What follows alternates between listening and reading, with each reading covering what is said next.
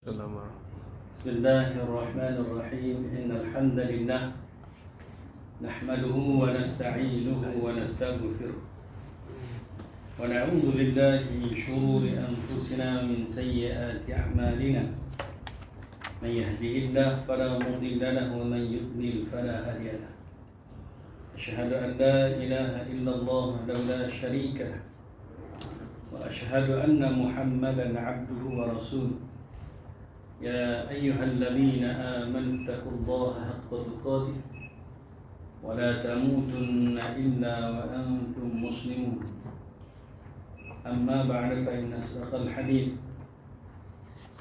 كتاب الله عز وجل وأحسن الحديث حديث محمد صلى الله عليه وسلم وشر الأمور محدثاتها وكل محدثة بدعة وكل بدعة ضلالة وكل ضلالة في النار رب اشرح لي صدري ويسر لي أمري واحلل عقدة من لساني يفقهوا قولي. Hadirin sidang jamaah yang dirahmati Allah, mudah-mudahan Allah senantiasa kurniakan kebaikan kepada kita semua dan mudah-mudahan Allah jauhkan kita semua daripada segala bala bencana. Mudah-mudahan Allah senantiasa ampuni segala salah silap kita dan mudah-mudahan Allah jauhkan kita daripada azab, segala azab dan siksaan. Lebih lagi azab di hari akhirat nanti. Mudah-mudahan Allah senantiasa kurniakan rahmat kepada semua yang ada di surau pada tengah hari ini. Dan mudah-mudahan Allah masukkan kita semua ke dalam surga Allah Subhanahu wa taala. Amin ya rabbal alamin. Sebab faham. Tak reti. Okey tuan-tuan sidang jamaah rahmati Allah. InsyaAllah 1000 amalan sunnah Nabi sallallahu alaihi wasallam sehari semalam, dan kita kali ikut sini 116, iaitu tajuk menghadirkan niat yang benar. Saya tengok ada beberapa kitab yang ditulis oleh para ulama kita, dan saya tengok dia mulakan setiap kitab tersebut, setiap tajuk yang dia nak bincangkan, maka dia akan letakkan tajuk pertama nak bincang pasal puasa. Tajuk pertama dia ialah niat yang benar. Pasal solat, niat yang benar tajuk pertama. Pasal zakat, niat yang benar. Haji, semua dia akan mulakan setiap bab itu dengan tajuk niat yang benar, menghadirkan niat yang benar. Riyadhus Shalihin. Riyadhus Shalihin macam tu juga kan. Jadi tuan-tuan, Imam An-Nawawi rahimahullah. Imam Nawawi ni saya tengok ada perbahasan, dia kata Nawawi ni makna dia ialah nuklear. Sebab tu orang Arab bila dengar orang kita sebut Arba'ah bin Nawawi, hadis 40 Imam Nawawi kan, dia orang terkejut lah. Lagi-lagi perisik-perisik di kalangan orang Arab, sebab dia kata 40 nuklear. Jadi tuan-tuan sidang jamaah rahmati Allah, itu seorang ulama yang bernama Yahya, tuan-tuan. Dan tuan-tuan sidang jamaah yang dirahmati Allah, Riyadhus Shalihin dimulakan dengan niat yang benar. Pertama makna dia niat. Kalau tengok hadis 40 Imam Nawawi pun memang dimulakan dengan innamal a'malu binniyat. Setiap amalan itu bergantung pada niat. Nah, kalau niat satu amalan tu baik, niat dia baik, maka diberi pahala. Kalau satu amalan tu niat dilakukan amalan baik oleh seseorang tapi niat dia bukan kerana Allah, maka tidak bernilai pahala. Betul tak? Lagi-lagi lah kadang-kadang bila sesuatu amalan yang buruk, amalan yang dilarang oleh Allah, Ada yang melakukan itu bukan disebabkan terpaksa, maka tidak bernilai dosa. Tak sengaja, tidak bernilai dosa. Tapi kalau dia sengaja melakukan perkara tersebut, sebab tu Nabi kata, siapa yang berzina, dia tidak berzina waktu dia tidak berzina pula. Dia tidak beriman waktu dia berzina. Orang yang minum arak, dia tidak beriman waktu dia minum arak. Jadi tuan-tuan sidang jamaah rahmati Allah. Jadi kita dalam hidup ni, antara sunnah Nabi sepanjang hidup kita, apa sahaja yang kita buat, kita ada dua tuan-tuan dalam hidup kita. Satu nama dia ibadat khusus, dan yang keduanya ibadat umum. Ibadat khusus tu memang yang Allah suruh, yang Nabi Muhammad suruh, dan ada tata cara dia. Macam kita solat, ini ibadat khusus. Sebab apa? Sebab Allah perintahkan solat, kemudian Allah nyatakan bagaimana pelaksanaan solat melalui Nabi sallallahu alaihi wasallam. Nabi kata, "Sallu kama raaitumuni usolli." Itu nama dia ibadat khusus. Kita pergi haji. Haji ibadat khusus. Sebab apa? Bila Allah perintahkan dan Allah nyatakan bagaimana cara dia melalui Nabi sallallahu alaihi wasallam. Khudu anni manasikakum. Kata Nabi, ambillah amal ibadat haji kamu, cara ibadat haji kamu melalui aku. Jadi tuan-tuan sidang jamaah rahmati Allah. Kemudian tuan-tuan, kita ada satu lagi selain daripada ibadat khusus, nama dia ibadat umum. Ibadat umum ni dia termasuk yang Allah suruh tapi tidak dinyatakan cara dia. Contohnya Nabi pernah ditanya oleh sahabat, "Ayyul islami khair?" Apakah amalan dalam Islam yang paling baik? Nabi jawab apa? Nabi kata amalan dalam Islam paling baik tut'imut ta'am. Jamu orang makan. Yang kedua, wa taqra'us salam ala man arafta wa man lam ta'rif. Ucapkanlah salam pada siapa? Orang yang kita kenal, orang yang kita tak kenal. Ucap salam. Ini amalan paling baik. Jamu makan tidak dinyatakan cara dia macam mana. Ada? Tak ada. Betul tak? Ucap salam itu memang ada lah lafaz tu kan. Jadi tuan-tuan, cuma bila-bila masa tidak dinyatakan. Bertemu sahaja ucap salam. Jadi tuan-tuan, ini satu amalan yang bagus kita lakukan. Dan tuan-tuan sidang jamaah rahmati Allah, dalam hidup kita memang ibadat khusus tu memang betul kita kena niat kerana Allah. Tapi kalau ibadat umum, kalau kita niat kerana Allah, dia akan bernilai ibadat di sisi Allah. Contohnya kita jamu makan tadi kan. Sebab apa kita jamu makan? Kerana nak suruh.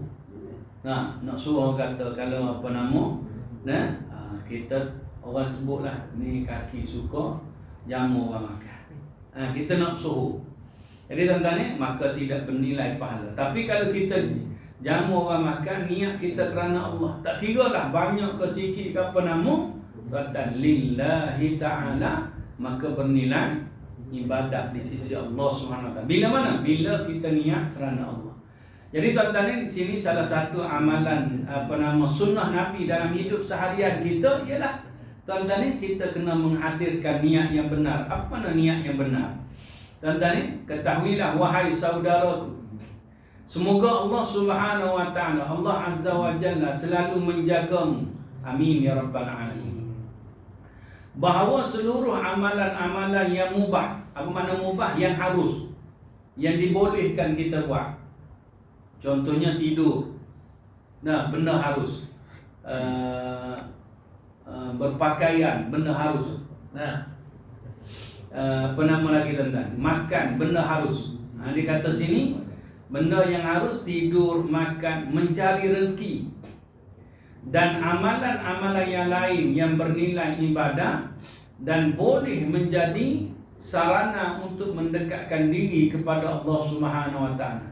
Kita kerja ni boleh bernilai ibadat tuan-tuan dengan niat kita kerana Allah. Kenapa kamu kerja? Semalam saya ada cerita dalam kuliah.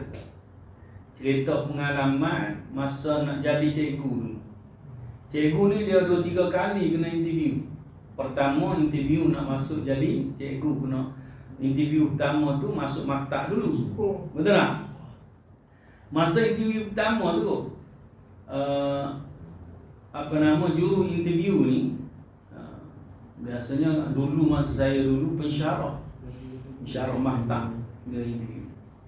Antara soalan yang dia tanya, kenapa kamu memilih kerjaya guru? Kenapa nak jadi cikgu? Kenapa nak jadi guru? Nah, sahabat saya dia jawab, dia kata, saya nak mendidik anak bangsa supaya terus cemerlang dan seterusnya dapat membangunkan negara. Kau ni tak payah cerita bohong lah. Kata apa nama? InsyaAllah tu kan. Kau nak duit kan?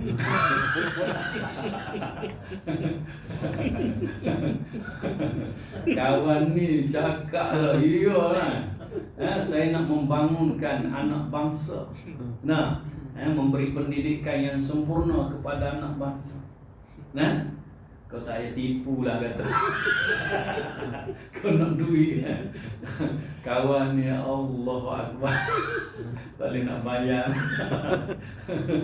Kadang-kadang ada yang jenis apa nama, juru interview ni dia memang bantai tu lah.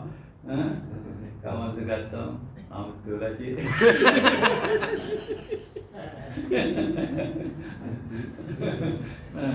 Jawab je lah kata nak gaji. Lepas tu kau nak jawab kata nak didik anak bangsa. Tak apalah, boleh lah. Nah, cuma jawab lah hak tu sekali. Nah, nak gaji kan? Betul. Dapat yang juru interview macam ni nanya. Saya interview, dulu saya jadi imam. Masa belum jadi imam tu kena interview. Dapat mulanya dia banyak section lah. Lepas Quran, lepas tu ilmu yang umum, ilmu tentang jadi imam dah. Yang ni lepas lah 2 tu, Quran dengan surah-surah yang perlu kita selalu baca, sejadah insan tu. Nah, surah-surah Al-Ghasyiyah tu, yang tu senang lah, sebab kita memang hafal lah. Apa nama, pasal imam, hukum-hukum ni boleh lah sikit-sikit tu tak? Yang tu lepas dia masuk ilmu yang umum. Ada sampai ke section tu, dia pun baca, ustaz ni bidang Quran Sunnah, betul? Kita jawab dengan penuh rasa yakin. Dia pun tanya pasal hadis. Tanya hadis, kita jawab lah. Satu step. Apa makna khabar? Apa beza khabar pula? Dia tanya apa makna hadis. Kita sebutlah maknanya. Apa beza dia hadis dengan khabar? Apa beza hadis dengan sunnah? Dia maksud tu. Kita boleh jawab lagi. Lepas tu dia tanya lagi, step by step. Last kali, alamak, saya tak tahu lah Ustaz. Nah, takkan kita nak goreng kan? Tak tahu jawab tu. Kata Ustaz belajar hadis, belajar macam mana? Kau ajar. Dia kutu kita. Ni CJ ijazah, macam mana boleh ijazah macam ni? Itu saya rasa dekat PhD. Macam mana Ustaz kata PhD pula? Kata. Last sekali rasa macam tak nak bagi, tak payah tanya. Kita bukan harap sangat kerja tu kan. Jadi tuan-tuan, tapi saya tak kata lah kan. Minta maaf Ustaz, saya memang tahu takat tu ya. Takut nanti Ustaz tanya-tanya, saya duk jawab, nanti pergi kepada benda lain pula. Lagi nampak bodoh saya. Jadi tak apalah kalau Ustaz menyerah diri, jadi tak apa. Ustaz tak kenal saya. Tak jam lah Ustaz. Dia member kepada member saya. Celaka betul. Memang dia kena kita. Kita ingat kata baik lah jawatan tu lah. Dia nak kena kita. Memang dia bantai. Tu rasa macam tak nak bagi, tak payah dia tanya. Okey tuan-tuan dan sidang jamaah rahmati Allah. Jadi tuan-tuan dan sidang jamaah rahmati Allah. Jadi kenapa saya cerita pasal tu? Niat yang benar lah. Jadi tuan-tuan ni, mana dia tuan-tuan ni, apa pun yang ada dalam hati kita ni ialah tuan-tuan ni lillahi ta'ala, dan tidak ada manusia yang tahu apa yang ada dalam hati masing-masing. Jadi tuan-tuan sidang jamaah rahmati Allah. Jadi bila kita bekerja ni tuan-tuan ni, niatkanlah untuk niatlah kerana Allah. Sebab walaupun kerja cari rezeki tuan-tuan ni, saya sebut tadi cari rezeki kan. Betul kan? Jadi cikgu nak dapat gaji sebenarnya paling utama. Jadi tuan-tuan ni, tapi dalam kita bekerja tu kadang-kadang betul lah kita niat biar anak murid kita jadi baik. Kadang-kadang ada juga tuan-tuan ni, kita buat baik anak murid dah, buat sungguh-sungguh biar dia berjaya. Berjaya tak peduli pun kat kita. Jumpa pun tak tegur. Ajar. Betul tak? Ada tuan-tuan. Tapi yang biasa tegur kita kan jauh lagi, usah. Kita pergi paling jari. Mana satu? Tak ada rupa. Tak ada rupa kan? Usah tak kenal kan? Kau rupa macam ni mana nak ingat kan?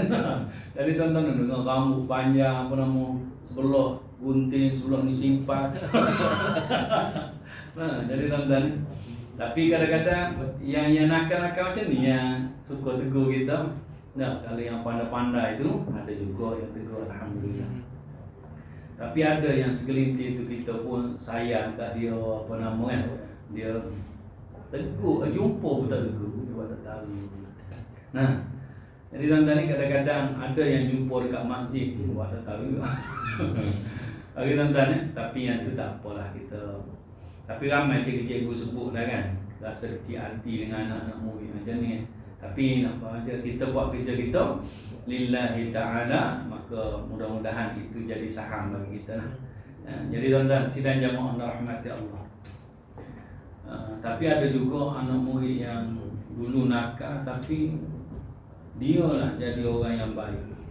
Ada anak murid yang kerja dekat masjid jadi bilang, dia belajar tak boleh pergi tapi jadi bilang masjid. Bagus tuan-tuan, bilang masjid dah jadi satu tarafnya. Sebab sekarang ni kalau di Kuala Lumpur ni kerja bilang, kadang-kadang kalau masjid lah biasa ada tempat tinggal.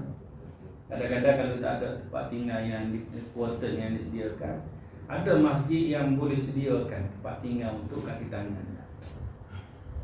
Kalau siapa-siapa yang nak jadi imam, ada tawaran tuan-tuan. Ni yang belakang ni, siapa nak jadi imam ni? Tapi imam surau dapat ilham juga di surau kuartus JKR. Dia suruh saya cari. Boleh di? Alam saya jawab. Tugas jadi imam subuh. Senang kan tak? Tak ada orang lagi. Pukul apa? Pukul 3 lah. Jadi tuan-tuan sidang jamaah rahmat Allah. Kalau ada siapa yang nak, dia jalan Sungai Besi, dia surau Jumaat. Surau Jumaat dia memang dia kena ada imam. Tak ada imam sekarang. Okey tuan-tuan sidang jamaah rahmati Allah. Tuan-tuan, macam kita jadi imam apa nama Bilal, kita bertugas di bidang agama. Kita dapat ilham daripada jadi imam. Kita dapat ilham bila jadi Bilal melaungkan azan. Adakah pahala kita tak dapat? Tuan-tuan, kerja-kerja niat lillahi ta'ala tetap dapat pahala. Macam tuan-tuan kerja, jual saham, beli saham contohnya. Tuan-tuan tuan-tuan dapat gaji. Tuan-tuan waktu kerja tu kita kerja lillahi ta'ala tetap dikira pahala di sisi Allah, bernilai ibadah. Jadi tuan-tuan dalam hidup kita setiap hari ni, buatlah sesuatu semuanya niat kerana Allah. Kecuali sesuatu yang dilarang oleh Allah. Tak boleh lah. Kenapa kau asyik mencuri? Lillahi ta'ala. Lekuk atau kepala, tak tahu kan? Jadi tuan-tuan sidang jamaah rahmati Allah. Saya pergi banyak masjid surau, ada jemaah yang jenis apa nama? Dia buat amalan susun selipar orang. Kan? Masjid surau bila kita keluar Allah tu terima kasih dalam hati tu terus terlintas. Bagusnya orang. Saya respeknya sebab saya tak boleh buat. Tuan-tuan, selipar kita sendiri tuan-tuan pegang. Pegang lah dah. Tapi nak pegang selipar sendiri pun rasa geli. Tu pun main dengan kaki je. Kan? Jadi tuan-tuan ni orang ni tuan-tuan yang dia jadi cantik-cantik tu dia pakai kaki ke susun. Mesti tangan. Betul tak? Oh hebat tuan-tuan. Jadi tuan-tuan sidang jamaah rahmati Allah. Kadang-kadang tuan-tuan ni orang yang hebat ni ada di mana-mana tuan-tuan. Jadi tuan-tuan sidang jamaah rahmati Allah. Sehingga dengan sebab itu engkau memperolehi 1000 kebaikan. Dengan syarat ketika melakukannya engkau meniatkan semua amalan tersebut semata-mata untuk mendekatkan diri kepada Rabbul Alamin, Tuhan semesta alam. Ya. Jadi tuan-tuan ni 1000 kebaikan itu makna dia setiap kebaikan yang kita buat ni Allah akan lipat gandakan sebiji benih akan menumbuhkan 7 tangkai. Setiap tangkai itu menumbuhkan 100 benih lagi tuan-tuan. Mana dia Allah akan lipat gandakan pahala kita berkali ganda tuan-tuan. Ada yang sebut 10 kali 10 tuan-tuan dan berkali-kali ganda lah. Allah kurniakan pahala kepada kita dengan syarat betul-betul ikhlas kerana Allah. Ingat tuan-tuan ni, setiap amalan kita ni diterima oleh Allah Subhanahu Wa Taala 2 syarat. Pertama apa dia? Iman yang sempurna. Mana dia kita tidak syirik je. Tidak syirik menyebabkan apa sahaja kita buat Allah akan bagi pahala. Yang kedua syarat ibadat kita diterima oleh Allah. Yang kedua ialah tuan-tuan iaitu ittiba' nama dia, iaitu mencontohi Nabi Muhammad sallallahu alaihi wasallam. Apa yang Nabi Muhammad buat tuan-tuan ni cuba untuk kita contohi, maka tuan-tuan ni itu menyebabkan amalan tersebut akan diterima oleh Allah Subhanahu Wa Taala. Sama ada dalam bentuk amal ibadat tuan-tuan ni, ibadat khusus ataupun ibadat yang umum. Kita contohi Nabi Muhammad sallallahu alaihi wasallam. Rasulullah sallallahu alaihi wasallam bersabda, "Innamal a'malu binniyat wa innama likulli imri'in ma nawa." Sesungguhnya amalan itu tergantung dengan niatnya dan setiap orang tergantung pada apa yang dia niatkan. Mana dia tuan-tuan ni, apa amalan kita tadi saya dah sebut awal tadi. Kalau amalan baik kita niat kita kerana Allah, maka bernilai pahala. Tapi kalau kita buat amalan baik, tolong orang contohnya, tuan-tuan tapi niat kita nak dapat upah semata-mata, maka upah sahajalah yang akan dapat. Tapi kita niat tolong dia ni kerana Allah Subhanahu Wa Taala. Bila nak bagi upah, tuan-tuan ambil lah. Buat-buatlah tolak dulu. Tapi kena jumpa jenis luruh benda. Tak apa. Saya niat ikhlas kerana Allah. Betul kan ni dia kata? Bagilah juga orang dah tolong kita. Betul tak tuan-tuan? Jadi tuan-tuan sidang jamaah rahmati Allah. Jadi tuan-tuan, yang kedua tuan-tuan, kalau kita buat amal baik, niat kerana Allah dapat pahala. Tak niat kerana Allah buat amalan baik bukan niat kerana Allah Taala, tak dapat pahala. Tuan-tuan, buat amalan jahat, tuan-tuan, kerana memang kita nak buat atas dasar nafsu kita dan sebagainya, maka itu bernilai dosa. Tapi kalau buat benda yang jahat terpaksa, tak sengaja, maka itu tidak dinilai dosa oleh Allah Subhanahu Wa Taala. Jadi tuan-tuan sidang jamaah rahmati Allah. Mana dia apa sahaja yang kita buat, Allah akan nilai berdasarkan niat. Contohnya dia kata sini, seseorang yang meniatkan tidur lebih awal agar dapat bangun untuk menunaikan solat malam ataupun solat subuh berjamaah, maka tidurnya dengan niat baik tersebut termasuk ibadat. Bila dia tidur tuan-tuan, dia niat nak bangun awal. Tiba-tiba contohnya dalam hadis Nabi sallallahu alaihi wasallam, dia disebutkan mata dia telah mengalahkan dia. Apa mana mata telah mengalah? Tidak mampu lah. Nah, jaga-jaga tuan-tuan lepas subuh lah. Nah, dia niat tadi tidur awal nak bangun solat subuh. Tuan-tuan, subuh tu Allah bagi pahala. Niat solat berjamaah, dapat pahala solat berjamaah subuh. Walaupun dia tidak solat berjamaah subuh, dia tetap diberi pahala. Dan sepanjang malam tu Nabi kata dikira sedekah bagi dia. Apa makna sedekah? Sepanjang dia tidur tu 6 jam, 7 jam, 8 jam contohnya. Tuan-tuan, sepanjang 6 jam, 7 jam, 8 jam tu dikira pahala di sisi Allah Subhanahu wa taala. Ini tuan-tuan ni kelebihan bila kita sentiasa niat untuk melakukan kebaikan. Walaupun tak mampu, amalan yang kita nak buat tu tetap Allah bagi pahala. Nah, jadi tuan-tuan sidang jamaah rahmati Allah. Tapi jangan niat saja. Nah, jadi tuan-tuan ni niat tidur awal tuan-tuan ni. Tapi kalau hari Jumaat pergi Jumaat tu saya sah niat nak tidur dalam khutbah. Itu rasa dosa lah apa. Nah, pergi dengar khutbah ni niat nak dengar khutbah. Kalau tertidur tetap dapat pahala lah. Tertidur. Betul tak tuan-tuan? Sebab kadang-kadang tidur ni kita tak boleh nak ejah mana tuan-tuan. Dan dimari. Nak lawan puas kita buat.